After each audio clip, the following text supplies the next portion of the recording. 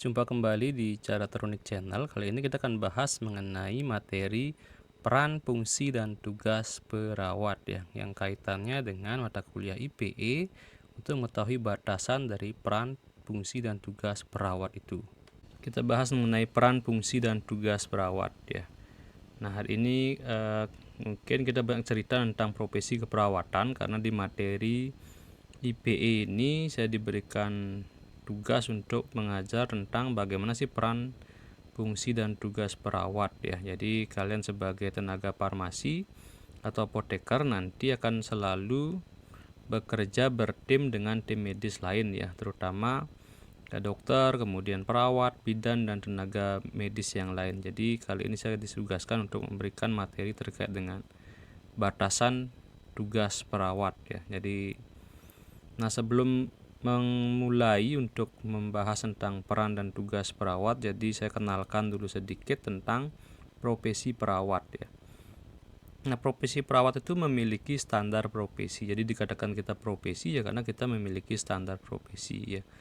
Jadi diakui undang-undang, kemudian juga syaratnya pasti adalah memiliki organisasi profesi ya.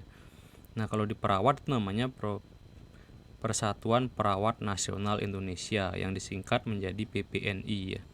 Itu nama dari organisasi kita ya untuk perawat. Nah, kalau farmasi pasti punya juga ya, apoteker punya juga organisasi karena itu memang syarat untuk pembentukan sebuah profesi diakui di Indonesia.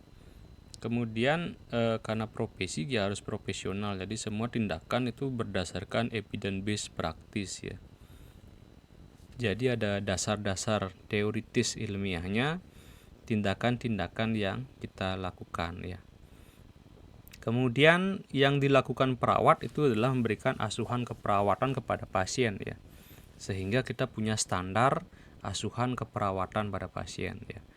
Nah, ini juga sudah distandarisasi dari secara internasional ya. Jadi sehingga dimanapun perawat bekerja itu sama, mereka juga akan melakukan 5 proses asuhan keperawatan ya, yang sudah terstandarisasi. Kemudian ada juga dasar-dasar teori yang mendasari semua yang kita lakukan ya. Jadi seperti itu. Nah, itulah profesi perawat. Nah, di Indonesia profesi perawat untuk mendapatkan gelar profesi perawat jadi harus kuliah sarjana ya. Sarjana keperawatan atau D4 keperawatan, kemudian setelah selesai kuliah sarjana atau diploma 4 baru dia akan melanjutkan kuliah profesi ya. Ini kurang lebih 1 tahun untuk kuliah profesi, sehingga kalau misalnya 4 tahun kuliah sarjana ditambah 1 tahun profesi, sehingga kalau perawat itu untuk jadi perawat harus berproses selama 5 tahun ya. Nah, kemudian setelah lulus profesi mereka harus lulus uji kompetensi keperawatan ya, yang dites secara nasional secara serentak. Kalau sudah lulus itu, setelah selesai kita lulus itu mendapatkan sertifikat kompetensi ya, mendapat surat tanda registrasi, sertifikat tanda registrasi atau STR. Yang hari ini, yang kemarin itu sudah dijadikan seumur hidup ya. Dulu STR itu harus diperpanjang setiap 5 tahun ya, sekarang sudah seumur hidup berlakunya. Nah, setelah mencapai punya STR baru nanti perawat tersebut bisa untuk bekerja sebagai perawat. Nah, dengan syarat punya surat izin praktek perawat ya. Nah, surat izin praktek perawat ini akan berlaku di 2 tempat ya. Yang pertama di tempat mereka bekerja, misalnya apakah di puskesmas atau di klinik atau di rumah sakit. Nah, 1 tempat lagi bisa misalnya kalau perawat mau buka praktek mandiri di rumahnya masing-masing gitu ya. Nah, itu SIPP yang harus diperpanjang juga 5 tahun sekali ya. Nah itu tentang profesi perawat ya untuk pengenalan. Kemudian paradigma. Jadi kita punya paradigma keperawatan sebagai dasar teori dari keperawatan atau sering disebut dengan falsafah keperawatan ya.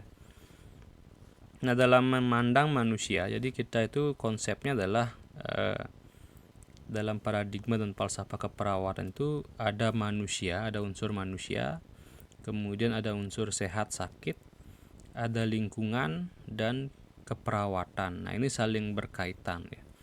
Nah, dalam unsur manusia, jadi perawat itu memandang manusia itu sebagai makhluk yang holistik dan unik ya. Jadi satu orang dengan orang yang lain berbeda. Dan juga secara holistik. Jadi kita memandang kalau manusia itu tidak hanya fisiknya saja, tapi psikologis, spiritual, dan sosial ya. Jadi sering disingkat bio, psiko, sosial, spiritual. Jadi secara menyeluruh kalau perawat itu melakukan perawatan atau asuhan keperawatan ya. Jadi karena kita memandang secara menyeluruh atau holistik.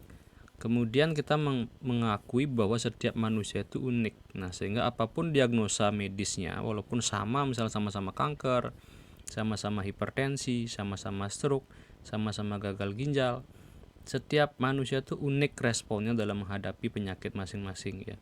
Jadi kalau misalnya sama-sama kanker, mungkin si A dia nyerinya level 10, kalau rentang 0 sampai 10 ya, si B belum tentu sama level 10 gitu ya. Jadi bisa saja dia nyerinya cuma 8. Bahkan mungkin si C nggak 8 tapi dia 6. Nah, jadi setiap orang tuh punya keunikan masing-masing untuk merespon keadaan penyakitnya masing-masing ya, sehingga kita menganggap bahwa manusia itu unik dan holistik. Jadi banyak faktor yang bisa mempengaruhi kesehatan dan sakitnya seseorang. Nah, itu perawat memandang manusia seperti itu. Kemudian sehat sakit, konsep sehat sakit. Nah, kita mengakui bahwa keberadaan sehat dan sakit itu adalah sebuah rentang, bukan keadaan yang mutlak. Nah, kadang-kadang kan orang ketika sakit, dia merasa dirinya bahwa selamanya akan sakit gitu. Dia merasa bahwa penyakit ini adalah seluruh kehidupannya gitu. Dia nggak pernah berpikir gimana kalau dia sehat. Nah, kadang-kadang dia berpikir ketika sehat pun kadang-kadang orang berpikir nggak pernah membayangkan dirinya akan sakit. Nah, makanya sehat sakit itu adalah sebuah keadaan yang tidak mutlak. Jadi keadaan sebuah rentang. Orang bisa sehat hari ini, besok bisa sakit. Ada orang bisa sakit hari ini, besok bisa sehat. Jadi seperti itu. Jadi enggak keadaan yang mutlak. Bahkan tubuh kita yang seluruh tubuh ini yang kita rasakan padat gitu. Itu setiap hari sel-sel kita ada yang mati dan ada yang tumbuh lagi atau beregenerasi lagi. Sama seperti rambut, dari sekian lembar rambut di dalam kepala kita, itu pasti ada aja satu yang mati dan rontok, kemudian tumbuh lagi rambut yang baru. Sel-sel kulit juga sama ya. Jadi sel-sel kulit itu seperti tembok. Kita kalau bayangkan tembok, ada yang bolong, kemudian lagi tumbuh baru lagi. Yang sudah mati dia akan mengelupas ya. Nah, ketika kita mandi, nah itu kita rontokkan yang mati gitu ya, sel-sel kulit yang mati, kemudian tumbuh lagi yang baru. Jadi tidak ada yang mutlak, selalu ada perubahan yang kekal ya dalam tubuh manusia kita. Nah, itu juga dalam konsep sehat dan sakit ya. Jadi tidak ada keadaan yang benar-benar mutlak dalam satu kondisi. Makanya kalau kalian belajar tentang fisika kuantum, ada disebut dengan teori superposisi ya. Jadi dua keadaan yang terjadi dalam waktu yang bersamaan gitu ya. Sebenarnya kita selalu mengalami superposisi gitu. Kita sakit, sebenarnya kita juga dekat sekali dengan keadaan sehat gitu. Cuma kadang-kadang kita hanya fokusnya pada rasa sakit gitu. Padahal kalau kita bisa membuka peluang atau membuka kemungkinan yang lebih banyak ya, kita bisa memandang bahwa kita sakit bisa juga sehat, kita sehat bisa juga sakit. Nah, itu di fisika kuantum kan disebut dengan superposisi ya. Nah, kemudian lingkungan ya. Jadi lingkungan itu pertama kali dicetuskan teori keperawatan itu karena Florence Nightingale sebagai founder dari profesi perawat, dia melakukan sebuah pekerjaan relawan ya. Jadi dia jadi relawan ketika terjadi perang. Kemudian dia merawat pasien-pasien yang luka atau yang tertembak karena perang ya. Dia lakukan dilakukan perawatan luka oleh dokter, diberikan obat oleh dokter, itu nggak ada yang sembuh ya, sehingga Florence mengatur lingkungan sedemikian rupa, tempat tidurnya dibagusin, kemudian lingkungan sosial diperbaiki ya, komunikasi diperbaiki, kemudian diberikan pelayanan yang baik, komunikasi yang baik. Nah, itu ternyata mempercepat proses penyembuhan luka, sehingga Florence ini membuat sebuah teori tentang teori keperawatan yang bagaimana lingkungan mempengaruhi kesehatan seseorang. Nah, inilah menjadi cikal bakal profesi keperawatan. Nah, jadi lingkungan itu tidak hanya lingkungan luar tubuh fisik ya, tapi lingkungan dalam manusia itu sendiri. Jadi kalau orang sakit sebenarnya juga masalahnya adalah di lingkungan dalam tubuhnya dan di lingkungan luar tubuhnya.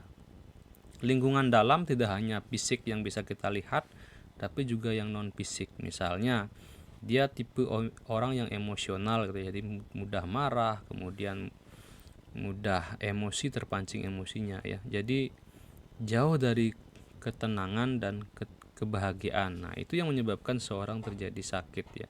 Karena lingkungan dalamnya yang belum damai dan belum bahagia. Nah, ketika lingkungan dalamnya sudah damai dan bahagia, otomatis juga itu akan membantu proses penyembuhan. Jadi seperti itu. Nah, itu lingkungan dalam. Kemudian lingkungan luar, mungkin dia nggak bagus hubungannya dengan keluarga, nggak bagus dengan suami istrinya, sering berantem. Nah, itu biasanya memicu juga orang mengalami sakit ya. Begitu juga itu dari lingkungan sosial, kemudian dari kebersihan di rumahnya mungkin ya, itu juga mempengaruhi baik lingkungan fisik, psikologis, dan sosial ya. Nah, itu lingkungan luar. Kemudian keperawatan, yaitu perawat itu sendiri dalam proses melakukan asuhan keperawatan ya. Nah, itu juga membantu proses penyembuhan pasien. Nah, makanya keempat komponen ini, manusia, sehat sakit, lingkungan, dan keperawatan, itu saling berkaitan ya, saling terjalin hubungan satu dengan yang lain. Jadi manusia nggak bisa lepas dari sehat sakit dengan lingkungan dan juga asuhan keperawatan. Jadi saling keterkaitan ketiganya ini, keempatnya ini. Nah, itulah paradigma keperawatan dalam memandang manusia atau pasien dan juga dalam proses melakukan asuhan keperawatan ya. Kemudian pendiri keperawatan yang sudah saya ceritakan tadi yaitu adalah Florence Nightingale ya. Nah, ini dia lahir tanggal 15 Mei ya. Nah, karena dedikasinya dia dan atas teori yang dia cetuskan sebagai founder dari profesi perawat, akhirnya tanggal 15 Mei dijadikanlah sebagai hari perawat secara dunia ya, diakui ya. Nah, ini teori yang menyatakan bahwa lingkungan mempengaruhi kesehatan pasien. Jadi dia ketika terjadi perang, kemudian dia menjadi relawan, kemudian membawa, karena kan zaman dulu nggak ada listrik ya, jadi ketika dia membantu pasien-pasien untuk perawatan luka, kemudian kesembuhan pasien ketika dia mengalami sakit di masa perang. Nah, itu dia membawa lilin ya, jadi untuk untuk penerangan, anggaplah seperti itu. Jadi makanya dia dibilang sebagai pembawa cahaya gitu ya. Dan memang proses keperawatan itu karena dia sosoknya adalah sosok perempuan gitu ya, jadi lebih dikenal bahwa memang si perempuan sebagai ini ya, sebagai simbol bahwa sifat-sifat yang feminim, jadi seperti itu ya. Bukan berarti memang perawat harus perempuan aja, tapi banyak juga yang cowok-cowok jadi perawat. Artinya kita membawa sifat-sifat feminim, jadi kelembutan ya, kasih sayang, jadi seperti compassion, jadi seperti itu ya. Jadi karena memang bedanya perawat dengan dokter kan, kalau dokter fokus pada pengobatan ya, kalau perawat memang fokus pada care, jadi pengobatan yang bersifat caring atau melayani ya, melayani semua kebutuhan pasien yang diperlukan oleh pasien ya. Nah, itu teorinya si Florence, yang dimana setelah dia perbaiki semua lingkungan dalam dengan cara membina hubungan dengan pasien, diajak komunikasi, diajak bercanda biar bisa dia happy ketika dalam keadaan sakit. Nah, itu ternyata membantu proses penyembuhan lebih cepat gitu ya. Kemudian tatanan secara lingkungan luar itu dibersihkan ya, tempat tidur dibersihkan ya, kemudian ditata dengan sedemikian rupa gitu ya. Nah, itu mempengaruhi juga proses penyembuhan pasien. Nah, itulah menjadi dasar juga dia mendirikan sebuah profesi perawat. Artinya dokter nggak bisa bekerja sendiri tanpa perawat gitu artinya. Dan perawat dan dokter hubungannya adalah sebagai hubungan tim medis ya, bukan sebagai anak buah dan itu bos saya, bukan seperti itu. Jadi kita setara, baik itu farmasi, kemudian baik itu dokter, baik itu perawat, bidan, itu kita semua setara ya, satu profesi di bidang kesehatan. Yang bekerja bertim tidak berarti ini lebih tinggi daripada profesi yang lain. Jadi tidak seperti itu, karena kita punya wewenang masing-masing dan tugas masing-masing ya. Kemudian teori caring itu dijelaskan oleh Jane Watson ya. Jadi teori caring itu dijelaskan oleh Jane Watson tentang bagaimana sih perawat dalam melakukan asuhan keperawatan ya. Nah, perbedaan perawat dan dokter itu di bidang ya, kalau dokter dia mendiagnosa penyakit, kemudian setelah mendiagnosa penyakit, dokter itu akan merumuskan obat apa yang diberikan untuk menghilangkan apakah gejala atau mengobati dari penyakit tersebut ya. Kalau perawat itu fokusnya kepada caring ya, memberikan pelayanan kepada pasien yang kita juga sama-sama mendiagnosa, cuma bedanya diagnosa dokter adalah mendiagnosa penyakit, apakah dia diabetes mellitus, apakah DHF, apakah penyakit jantung, dan yang lain-lain. Kalau perawat itu mendiagnosa berdasarkan respon pasien. Kan sudah saya ceritakan tadi bahwa orang yang sama-sama kanker itu bisa nyerinya berbeda-beda, skala nyerinya. Nah, jadi respon dari penyakit itulah kita diagnosa, sehingga diagnosa keperawatan itu bunyinya bukan penyakit, tapi nyeri gitu misalnya. Nyeri berhubungan dengan proses penyakit. Jadi berhubungan dengan agen cedera biologis. Jadi seperti itu bunyi dari diagnosa keperawatan, karena kita fokusnya kepada respon pasien terhadap penyakit ya. Nah, itu diagnosa keperawatan. Kemudian perawat juga memiliki kemampuan caring ya. Kemudian memiliki 10 faktor karakter. Nah, ini dalam teori Jane Watson.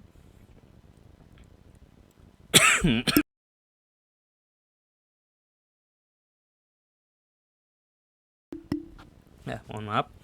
Jadi dalam teorinya Jane Watson disebutkan dengan 10 faktor karakter ya. Jadi 10 faktor-faktor yang bisa membuat seseorang menjadi lebih care terhadap orang lain. Jadi seperti itu. Salah satunya tentang compassion dan altruistic ya, berani berkorban untuk orang lain dan bersifat kasih sayang terhadap orang lain.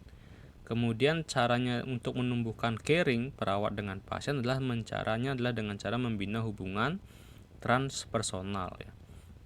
Hubungan dari hati ke hati atau hubungan dengan komunikasi terbina antara perawat dengan pasien ya. Hubungan ini disebut dengan hubungan transpersonal oleh Jane Watson. Jadi sebenarnya perawat itu adalah tidak bisa, kalau dokter kan kita menyembuhkan menggunakan obat. Kalau perawat tidak boleh meresepkan obat. Nah, cuma kehadiran perawat dalam merawat pasien itu harus membantu proses penyembuhan pasien. Makanya dengan hanya berkomunikasi, dengan berada di dekat pasien, itu harus bisa membuat pasien itu menjadi sembuh. Jadi seperti itu ya. Nah, ini banyak sekali teori-teori yang bisa menjelaskan bahwa kenapa kehadiran seseorang bisa membantu proses penyembuhan ya.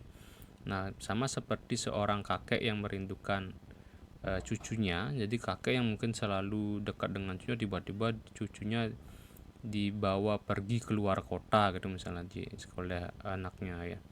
Nah, lama nggak bertemu kakeknya ini sehingga dia merindukan cucunya, sampai kakeknya karena selalu merindukan cucunya nggak tenang hidupnya, kepikiran terus, akhirnya sakit kakeknya.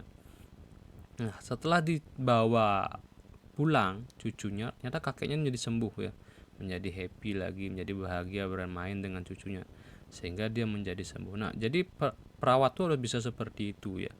Jadi membawa suasana yang membahagiakan dalam proses perawatan ya. Ya makanya harus senyum ya, harus ramah kalau perawat itu dalam merawat. Nggak boleh jutek ya. Jadi seperti itu. Nah, itu sifat-sifat yang caring ya, yang dicetuskan oleh Jane Watson. Tidak hanya melalui hubungan komunikasi, tapi juga vibrasi dan energi. Makanya kalau jadi perawat tuh nggak boleh membawa rasa marah, mungkin lagi habis berantem dengan anak istrinya, kemudian di rumah sakit dilampiaskan. Nah, itu nggak boleh. Bahkan kalau bayi kan sangat peka ya, bayi itu sangat peka dengan emosi seseorang. Jika perawatnya mudah marah, itu bayi ketika dekat dengan perawat seperti itu pasti dia sering nangis gitu ya, karena ada vibrasi energinya yang nggak bagus gitu ya. Jadi harus berpikir kemudian berperasaan yang positif ketika dekat dengan pasien, karena energi yang positif juga akan terwujud dari emosi yang positif ya. Nah, makanya harus di dalam teorinya Jane Watson itu perawat disuruh sering-sering untuk centering, jadi merasakan perasaannya ketika dia berhadapan dengan pasien. Jadi jangan sampai perasaan jengkel, perasaan negatif itu masih ada ketika kita dekat dengan pasien. Nah, itu yang diinikan oleh Jane Watson tentang teori human caring ya. Nah, makanya kadang-kadang kan ada tipe-tipikal orang yang vibrasi energinya bagus, sehingga ketika kita dekat dengan orang tersebut kita merasa nyaman gitu ya, merasa bahagia, happy ya, padahal nggak ngapa-ngapain, cuma dia dekat sama kita aja gitu kan. Nah, itu salah satu contoh bahwa vibrasi energi itu juga mempengaruhi kondisi tubuh seseorang ya. Nah, itu tentang yang dijelaskan oleh Jane Watson tentang caring ya dalam keperawatan.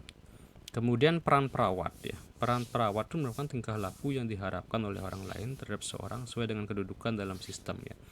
Nah, di sini yang dimana profesi perawat ya itu harus melakukan proses asuhan keperawatan ya.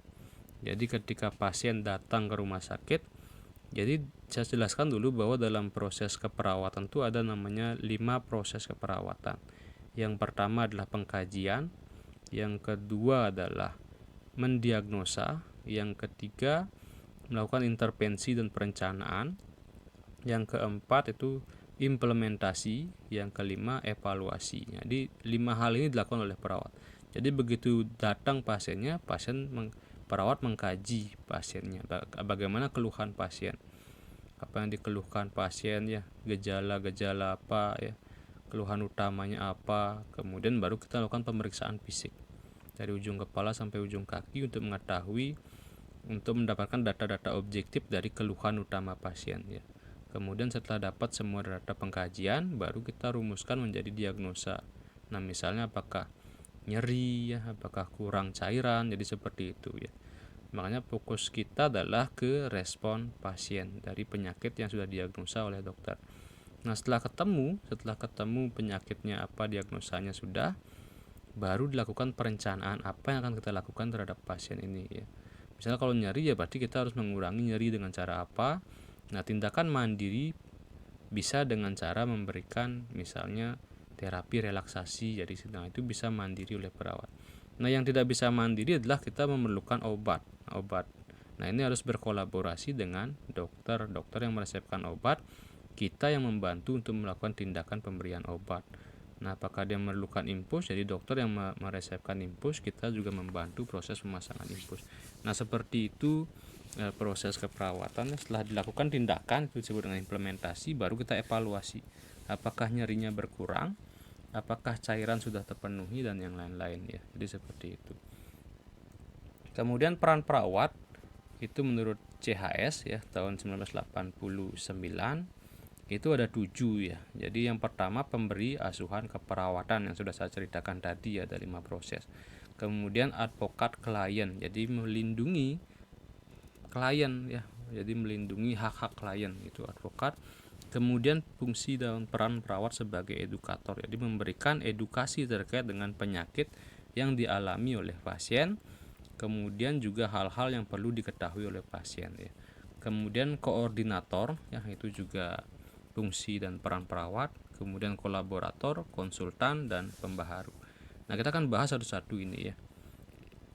Yang pertama sebagai pemberi asuhan keperawatan. Nah, dapat dilakukan perawat memperhatikan keadaan kebutuhan dasar manusia ya. Jadi kita memberikan asuhan keperawatan berdasarkan kebutuhan dasar manusia. Ya, misalnya apa? Kebutuhan untuk BAB BAK, kebutuhan untuk nutrisi, jadi seperti itu. Oksigenasi ya. Jadi dia harus diberikan oksigen ya, kemudian kebutuhan akan cairan.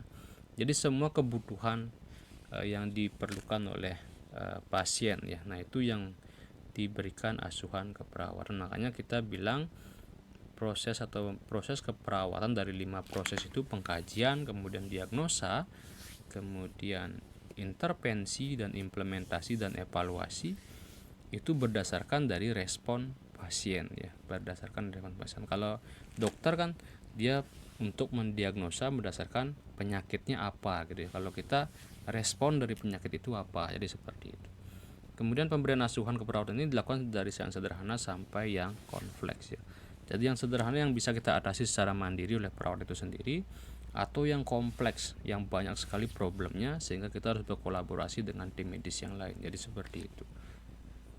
Kemudian peran sebagai advokat klien, ini membantu klien dan keluarga dalam menginterpretasi berbagai informasi dari pemberi layanan, khususnya pengambilan persetujuan atas tindakan. Nah, banyak sekali persetujuan tindakan yang harus kita sampaikan ke pasien, kemudian pasien harus tanda tangan bahwa bukti mereka setuju ya. Yang pertama kita pasien dulu, kalau tidak ada pasien baru keluarga ya. Makanya misalnya kalau pasien-pasien yang tidak sadarkan diri, yang pertama adalah keluarga ya.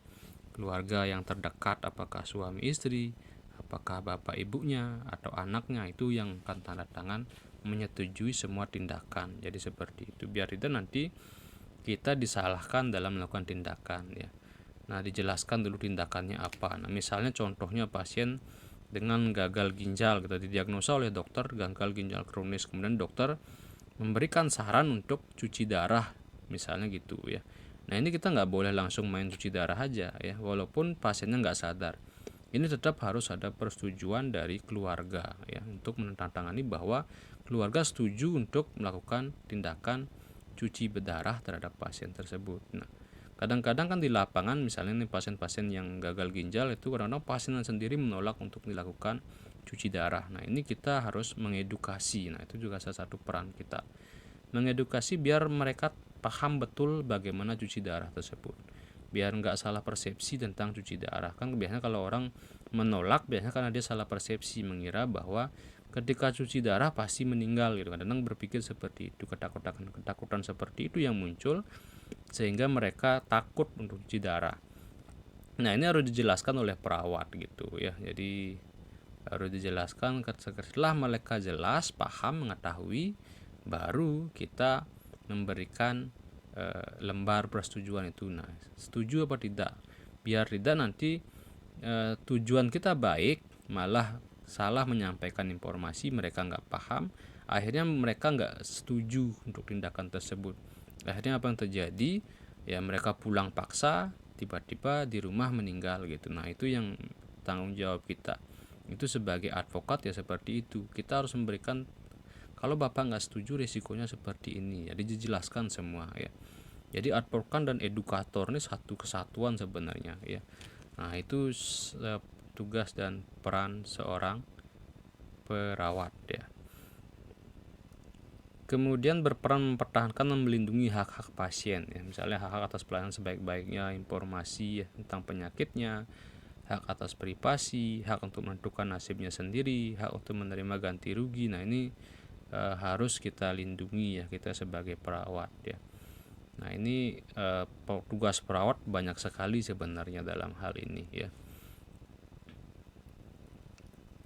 Kemudian peran edukator yang saya jelaskan juga, bahwa kita harus selalu mengedukasi apapun yang pengen diketahui oleh pasien ya.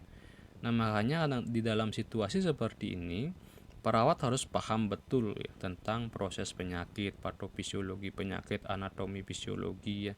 Makanya ketika sarjana keperawatan, kita ketika proses kuliah, itu proses kuliahnya hampir sama dengan dokter materi yang diberikan ya.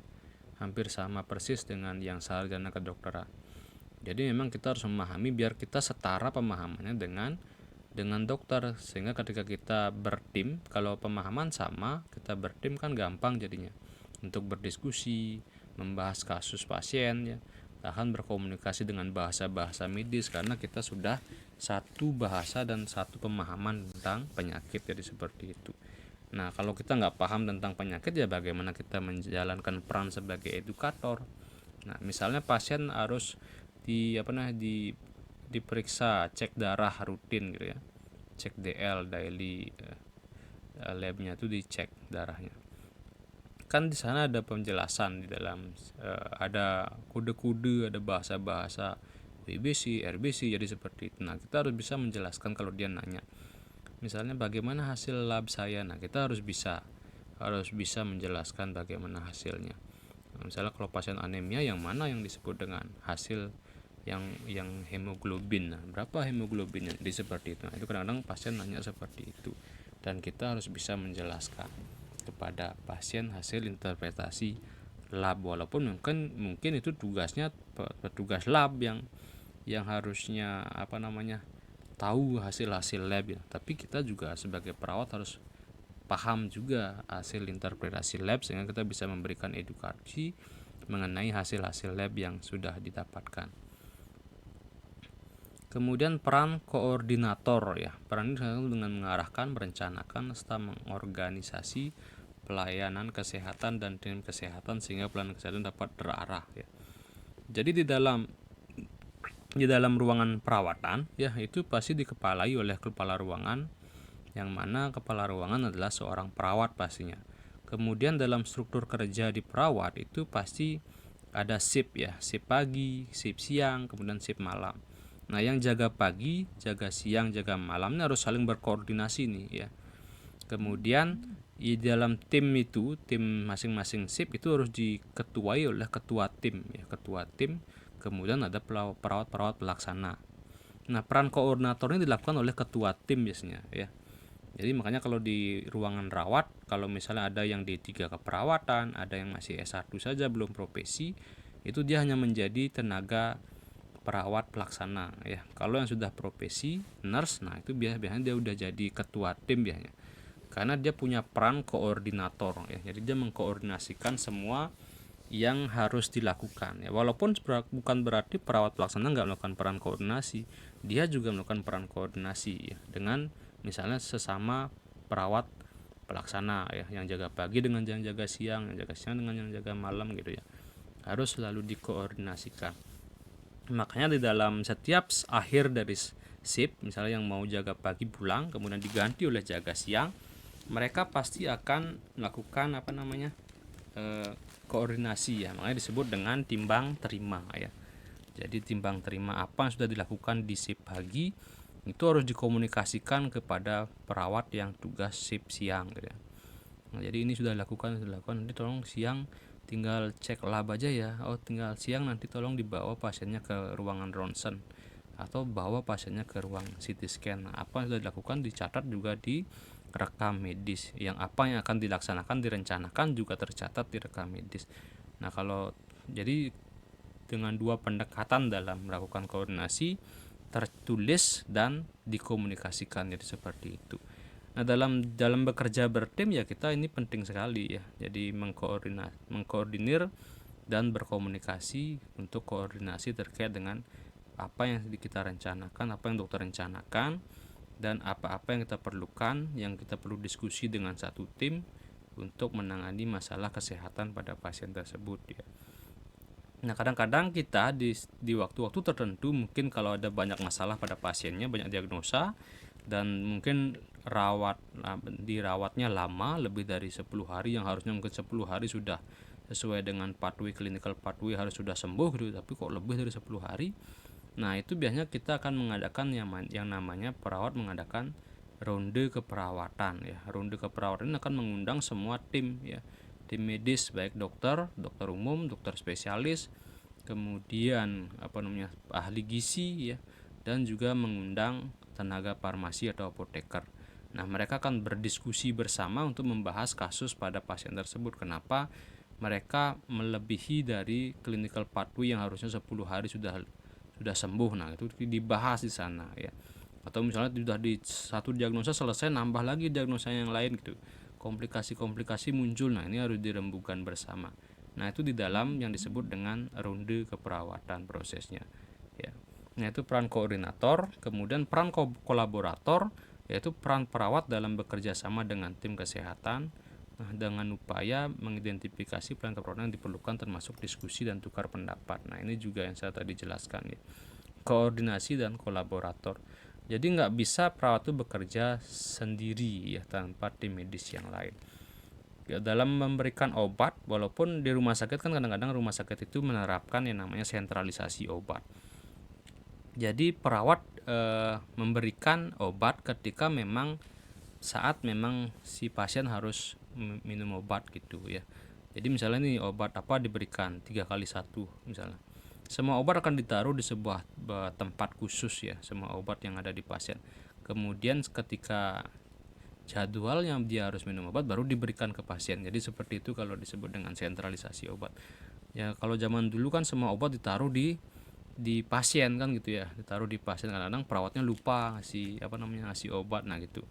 Atau jangan-jangan perawat terus melimpahkan semua kepada keluarga. Itu tidak seperti itu. Nah sekarang banyak rumah sakit menerapkan sentralisasi obat. Jadi semua obat ditaruh di suatu tempat, di box, misalnya di kotak-kotak, kemudian diberi nama dalam kotak-kotak tersebut di dalam lemari ya, lemari kayak kotak untuk ini ya, untuk sama seperti di perpustakaan lah gitu. Jadi di sana diisi nama-nama pasien. Nah ketika dia harus dapat obat, nanti perawatnya mengambil dari tempat tersebut, baru dibawa ke ruangan masing-masing gitu ya. Nanti di sanalah ada edukasi juga ya. Ini harus diminum kapan, ini harus bagaimana, apakah sebelum makan atau setelah makan. Nah memang sebenarnya itu adalah wewenang farmasi ya harusnya, karena memang yang menjelaskan obat itu memang harus seorang farmasi. Nah kadang-kadang tidak semua rumah sakit itu punya tenaga farmasi yang standby di masing-masing ruangan gitu ya. Kalau di rumah sakit salah, karena begitu luasnya rumah sakit dan begitu besar rumah sakit, kadang-kadang setiap ruangan itu sudah ada apotekernya gitu ya, sehingga yang memberikan tugas itu adalah apoteker gitu. Nah itu sebenarnya diperlukan banget, di setiap ruangan ada sebuah apoteker ya, yang bertanggung jawab masalah obat gitu, memberikan obat, kemudian sentralisasi obat. Nanti setiap jam memang harus minum obat ya, harusnya tenaga farmasi atau apoteker yang memberikan. Tapi masih tidak semua rumah sakit seperti itu. Rumah sakit kecil lainnya yang masih perawat semua mengerjakannya gitu ya. Nah itu pentingnya kolaborasi dan koordinasi ya, yang selama ini mungkin karena kan kebijakan rumah sakit lah kalau menentukan jumlah berapa dia harus merekrut tenaga apoteker. Nah mungkin ketika karena sedikitnya jumlah apoteker, maka mereka masih sangat terbatas jumlahnya di rumah sakit. Tapi ketika nanti banyak apoteker yang sudah ada, jadi mudah untuk merekrut. Jadi mungkin setiap ruangan itu diperlukan adanya apoteker ya. Karena banyak sekali takutnya kan gini ya, ketika seorang dokter spesialis memberikan obat A, dokter spesialis B memberikan obat yang C gitu misalnya. Nah A dan C ini takutnya bereaksi ya, apakah saling meniadakan atau bahkan saling salah satunya yang dikuatkan kan gitu ya. Nah itu kadang-kadang bisa terjadi aja. Yang paham itu kan seorang farmasi. Nah kalau spesialis kan dia memberikan sesuai dengan keilmuannya dia nggak pernah. Nah karena kan jarang kok satu spesialis berkoordinasi dengan spesialis yang lain gitu ya. Nah ini yang kadang-kadang sebuah ruang yang harusnya apoteker masuk di sana gitu ya, sehingga mencegah terjadinya risiko-risiko yang apakah itu malah membuat yang dulunya diagnosanya 1+2 jadinya gitu kan, yang biasanya harusnya nggak gagal ginjal jadi gagal ginjal lah gitu. Nah, takutnya seperti itu terjadi di lapangan, dan itulah peran penting kolaborasi dan koordinasi. Selama ini ya perawat yang harus ngeh dengan hal itu, tapi kan perawat nggak sedetil apoteker belajar tentang farmakologinya ya. Kalau apoteker kan paham betul ya, kita hanya sekilas saja, sekedar paham aja tentang, sekedar tahu gitu loh apa itu obat dan bagaimana kininya, tapi lebih detail kan pasti apoteker yang lebih paham. Kemudian peran konsultan ya, jadi peran konsultan ini perawat sebagai tempat konsultasi terhadap masalah tindakan keperawatan yang tepat, kemudian peran dilakukan atas permintaan klien dengan informasi tujuan ya. Jadi kadang-kadang kita juga menjadi konsultan bagi pasien-pasien ya, ketika dia pengen bertanya tentang masalah-masalah yang dialami gitu ya. Karena kan kita fokusnya nggak hanya satu masalah fisik aja, tapi secara menyeluruh juga, bio, psiko, sosial, dan spiritual. Nah itu peran konsultan seorang perawat. Kemudian peran pembaharu ya, jadi dilakukan dengan mengadakan perencanaan, kemudian kerjasama, perubahan yang sistematis secara sesuai dengan metode pemberian pelayanan keperawatan. Jadi inovasi-inovasi itu dilakukan oleh seorang perawat ya, di dalam ruangan, cara merawatnya, tatanan ruangan. Misalnya kalau perawat anak itu kan, di dalam ruangan ya harus tampil bagaimana biar membuat anak menjadi tidak trauma ketika dirawat di ruang rawat keperawatan anak gitu. Makanya kadang-kadang di ruangan rawat anak itu ada tempat bermain ya, temboknya dicat sedemikian rupa yang ada kartun-kartunnya, jadi yang lucu. Bahkan mungkin pasien-pasien atau bahkan perawat atau dokter mungkin menggunakan baju-baju yang menarik bagi anak gitu, bukan malah menakutkan ya.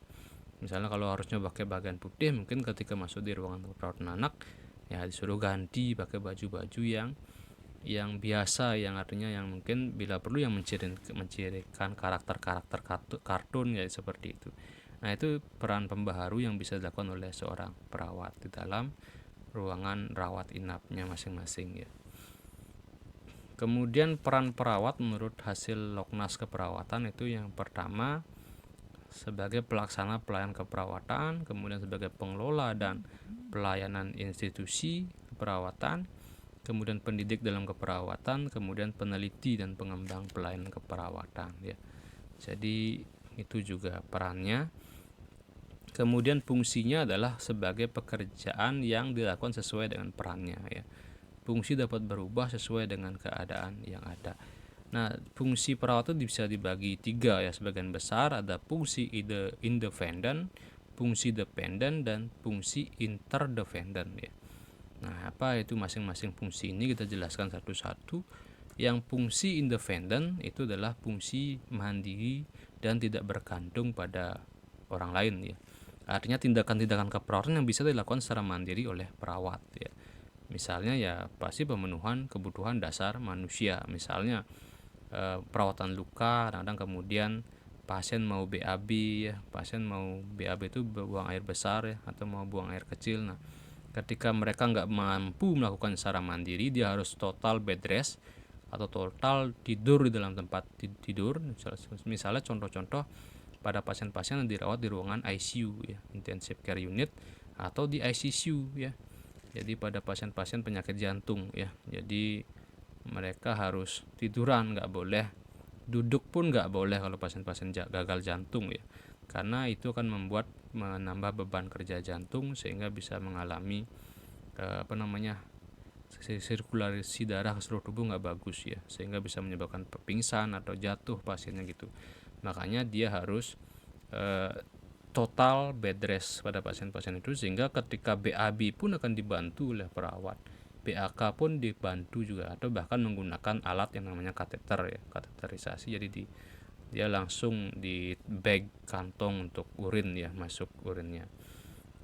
Nah, itu fungsi independen yang dilakukan sendiri oleh perawat, misalnya pemasangan infus adalah perawat sendiri juga, kemudian perawatan luka ya, dan juga tindakan-tindakan yang lain ya, yang memang spesifik tentang keperawatan. Kemudian fungsi dependen itu merupakan fungsi perawat dalam melaksanakan kegiatannya atas pesan dan instruksi dari perawat lain. Jadi kalau dependen itu antar sesama profesi perawat ya. Misalnya nih perawat yang jaga pagi belum sempat melakukan semua kegiatannya ya, sehingga harus dialihkan ke yang jaga siang. Nah, itu jadi mereka akan berdiskusi atau melakukan timbang terima, serah terima pekerjaan yang sudah dilakukan apa, yang belum dilakukan apa. Nah, itu bisa diinstruksikan dari perawat ke perawat lain. Nah, itu disebut dengan fungsi dependen. Kemudian fungsi interdependen adalah fungsi dilakukan antar kelompok tim yang bersifat saling ketergantungan antara tim satu dengan yang lain ya. Nah, ini contohnya misalnya dokter meresepkan obat, yang memberikan obat misalnya perawat, nah gitu. Atau dokter meresepkan obat injeksi, harusnya kan dokter yang menginjeksi. Nah, kadang-kadang dokter nggak siap karena kesibukan, perawat yang diberikan tugas. Nah, ini disebut dengan fungsi interdependen ya. Jadi mendapat instruksi kerja dari tim medis yang lain. Jadi kadang-kadang bahkan pekerjaan mengambil sampel darah itu dilakukan oleh perawat, yang mana harusnya sebenarnya petugasnya adalah laboran ya, karena kan laboran tahu teknik-tekniknya untuk menjaga sampel itu biar berkualitas gitu ya. Nah, kadang perawat yang mengerjakan karena mungkin tenaga labnya sedikit gitu ya, di rumah sakit tertentu ya, sehingga perawat yang melakukan kadang-kadang gitu. Nah, itu fungsi-fungsi yang disebut dengan interdependen ya. Kemudian fungsi perawat itu mengkaji kebutuhan klien ya, keluarga, kelompok, masyarakat ya. Kemudian merencanakan. Jadi saya bilang tadi kan sudah saya jelaskan ada 5 proses. Yang pertama pengkajian, kemudian diagnosa keperawatan, kemudian melakukan intervensi keperawatan, kemudian melakukan implementasi keperawatan, kemudian baru dievaluasi. Nah, ini mengkaji, ini termasuk pengkajian. Kemudian yang merencanakan ya perencanaan keperawatan ya, apa yang akan dilakukan pada pasien-pasien yang sudah didiagnosa keperawatan seperti misalnya nyeri itu kan, apa yang dilakukan. Nah, itu Kemudian misalnya kekurangan cairan pasiennya, berarti ya apa yang akan dilakukan? Apakah diberikan infus, berapa flash diberikan infus gitu ya. Misalnya pasien diare datang ke UGD, nah itu kan dikaji dulu kan, kalau ternyata diare itu diagnosanya dari dokter, kita mengkaji responnya, kita mengkaji apakah ada kekurangan cairan, apakah dia dehidrasi ringan, sedang, berat. Kalau kita sudah mengetahui dia dehidrasi berat gitu misalnya, dia harus segera mendapat resusitasi cairan. Nah, dokter akan menghitung berapa kebutuhan cairan pada pasien. Setelah dihitung, ternyata dia harus dapat infus 4 flash dalam waktu 6 jam. Nah, itu dilakukan oleh perawat. Dokter meresepkan, kita yang mengerjakan semua. Nah, itu disebut fungsi yang delegatif atau interdependent ya.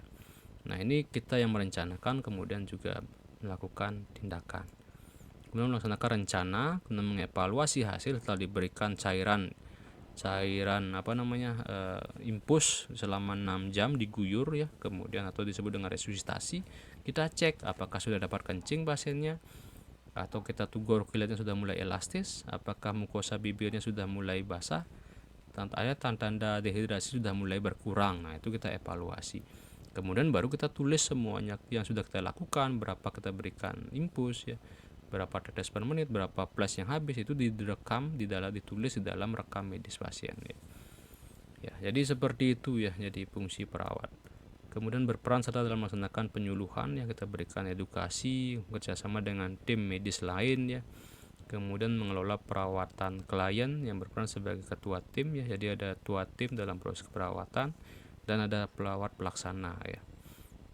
Nah, tugas perawat dalam menjalankan perannya sebagai pemberi asuhan keperawatan dapat dilaksanakan sesuai dengan tahapan proses keperawatan yang saya bilang tadi. Tahapan prosesnya ada 5: pengkajian, diagnosa, kemudian perencanaan keperawatan, implementasi keperawatan, kemudian evaluasi.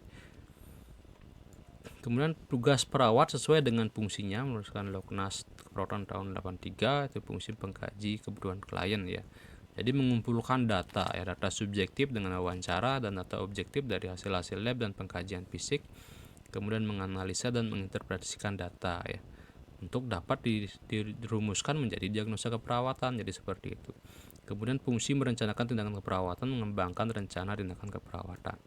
Kemudian fungsi melaksanakan rencana keperawatan menggunakan dan menerapkan konsep dan prinsip ilmu ya, yang sudah dipelajari ya, karena kita tidak fokus pada fisik, bahkan sosial budaya pun dipelajari dalam keperawatan ya. Ilmu biomedis ya, jadi dalam untuk merumuskan tentang kebutuhan dasar manusia. Kemudian fungsi mengevaluasi, jadi kita evaluasi setelah kita melakukan tindakan ya, kita apakah kriteria yang dapat diukur, misalnya tadinya nyeri 10 ya. Nah, setelah diberikan obat nyeri dan dilakukan terapi relaksasi, itu dari 10 berapa turun nyerinya. Nah, itu yang dapat diukur kan. Jadi dari 10 ternyata jadi 3, berarti udah gak nyeri gitu ya. Kemudian menilai tingkat pencapaian tujuan, kemudian mengidentifikasi perubahan-perubahan yang diperlukan. Nah, itu fungsi evaluasi. Kemudian dokumentasi, mengevaluasi, dan mencatat. Jadi kita di dalam perawatan tuh harus selalu mencatat apa yang kita lakukan ya, apa yang direncanakan. Makanya harus jelas namanya siapa, tanda tangan ya, terus instruksi-instruksi yang diberikan apa, kemudian yang sudah kita lakukan apa, semua ditulis di sana ya. Kemudian fungsi identifikasi hal-hal yang perlu diteliti ya. Jadi misalnya ada hal-hal yang perlu kita bisa teliti, nah kita bisa buat tim untuk meneliti dan mengembangkan sebuah teknik atau metode asuhan keperawatan untuk meningkatkan pelayanan kepada pasien ya. Kemudian fungsi berperan serta dalam penyuluhan kesehatan. Nah, ini ya. Jadi kalau penyuluhan kesehatan itu tidak hanya harus diperlukan ketika pasien melakukan perencanaan atau promotif dan preventif, tapi juga di rumah sakit perlu ya. Nah, biasanya pasien-pasien yang akan pulang dari rumah sakit itu akan diberikan ini ya, edukasi dan penyuluhan ya. Nah, itu disebut dengan discharge planning ya. Jadi kadang-kadang apa yang harus dilakukan di rumah, obat-obat apa yang harus diminum, nah itu kadang-kadang harus dijelaskan di dalam discharge planning itu. Nah, di sini sebenarnya perlu juga tenaga apoteker untuk membantu melakukan discharge planning terkait dengan obat yang harus dikonsumsi di rumah itu ya. Nah, ini yang direncanakan dengan dilakukan penyuluhan dan dievaluasi ya. Kemudian fungsi bekerja sama dengan disiplin ilmu terkait dalam pemberian pelayanan kesehatan. Nah, ini juga ya berperan dalam pelayanan kesehatan menciptakan komunikasi yang efektif yang baik dengan tim perawatan maupun tim kesehatan lainnya ya. Jadi kita yang menjadi penjembatan antara semua komunikasi dengan tenaga medis yang lain. Karena di ruangan rawat inap di rumah sakit itu perawat yang hampir 24 jam ada dekat pasien, sehingga apapun terjadi di pasien harus konsultasi dengan dokter spesialis, harus ke pak apoteker. Nah, itu kan kita yang menjembatani semua komunikasi itu. Nah, itu fungsi bekerja sama dengan disiplin ilmu terkait dengan dalam pelayanan kesehatan. Kemudian fungsi mengelola perawatan klien dan berperan sebagai ketua tim. Nah, ini jadi saya jelaskan tadi bahwa di dalam struktur organisasi perawat, selain ada kepala ruangan yang mengurusi semua, mengkoordinasi semua kebutuhan di dalam satu ruangan. Nah, di dalam setiap shift itu ada namanya kepala tim perawat ya. Itu yang akan terkait dengan mengkoordinasikan, kolaborasi ya untuk proses pelayanan kepada pasien di dalam satu ruangan. Baik, mungkin itu saja yang sudah saya sampaikan terkait dengan peran, fungsi, dan tugas perawat ya. Semoga paham. Jika ada pertanyaan mungkin saya silahkan, saya berikan waktu untuk bertanya ya. Ya, sekian mungkin presentasi saya ya. Jangan lupa komen, share, dan like video ini jika bermanfaat ya. Sampai berjumpa kembali di video selanjutnya.